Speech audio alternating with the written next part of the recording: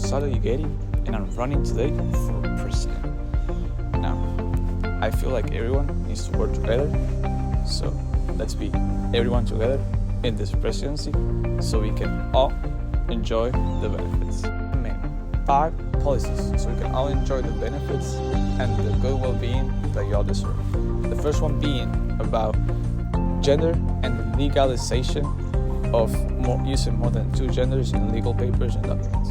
The past presidency of Joe Biden, he has allowed for the use or pronouns that don't really make sense, like she, sure, or whatever. I'm here to propose that in legal documents, in a legal IDs, driver's license, registration, there's only use of he, him, and she, her, nothing else. Although, if anyone wants to be whatever they want, they're more than welcome to. But legally, they're either a male or a female. Now, this doesn't come with discrimination against people. That is not allowed, and that's also really bad. It will be penalized, and therefore, discrimination against gay people, transgender people, and people that do not identify as male or female would end up being illegal. Now, the second policy is about foreign policy. Before the Second World War, First World War, the United States had a policy of being isolated from the rest of the war in that it didn't want to be included in any foreign wars. For example, when it came for the U.S. to join the League of Nations after World War I, the Congress chose not to because they didn't want to be involved in any more wars. Now, in that period of time, there was a pretty significant increase in economic growth, population growth, and just the overall well-being of people. Now, I'm here to change that because after those wars, for example, the Vietnam War, the Russia-Ukraine War, the Cold War, all those wars, the U.S. has been more involved in all the wars, and that has ended up being a really significant cause of the death of a lot of Americans, for example, Afghanistan, Iraq, and many other wars. So I'm here to change that, and I'm here to come back to that state of isolation from the rest of the world, so we can all enjoy well-being and be more focused in our own problems, like discrimination, education, and immigration. Now, the third policy has to do with the Second Amendment. As we all know, the Second Amendment has to do with the right to bear arms, and in the United States, it has been heavily tied with mass shootings and school shootings, which has, made people unsafe when it comes to schools and public places. Now, I'm here to change not the Second Amendment, but the way we can use guns and carry arms in a safe way.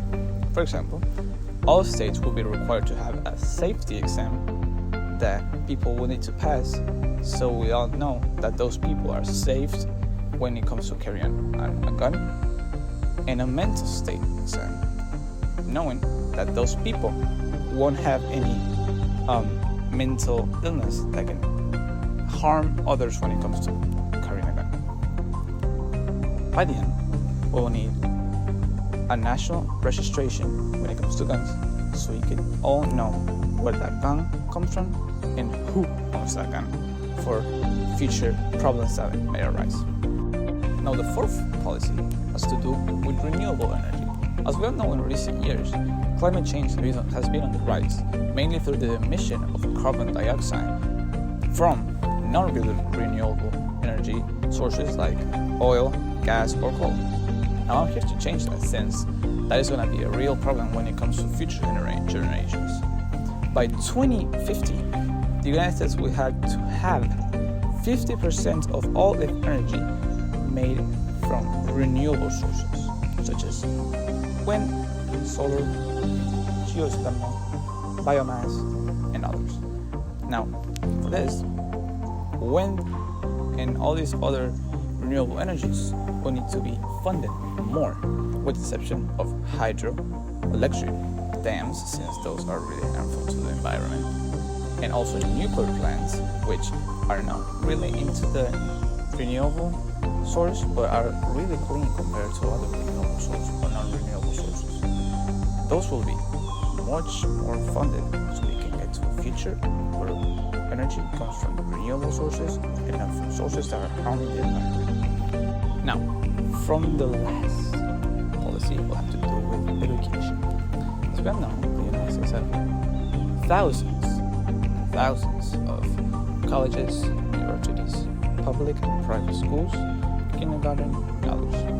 Now, for some people, especially low-income people, that will be hard to pay for and to get an education, especially after high school.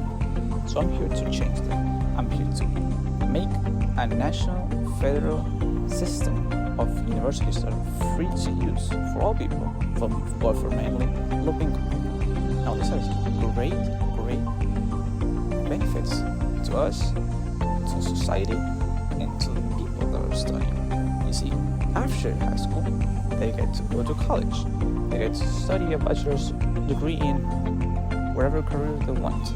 Now by that, they're making a contribution to society by working. They're making an income, and they're keeping crime rate off the streets and improving education. So I'm here to change that for the greater good.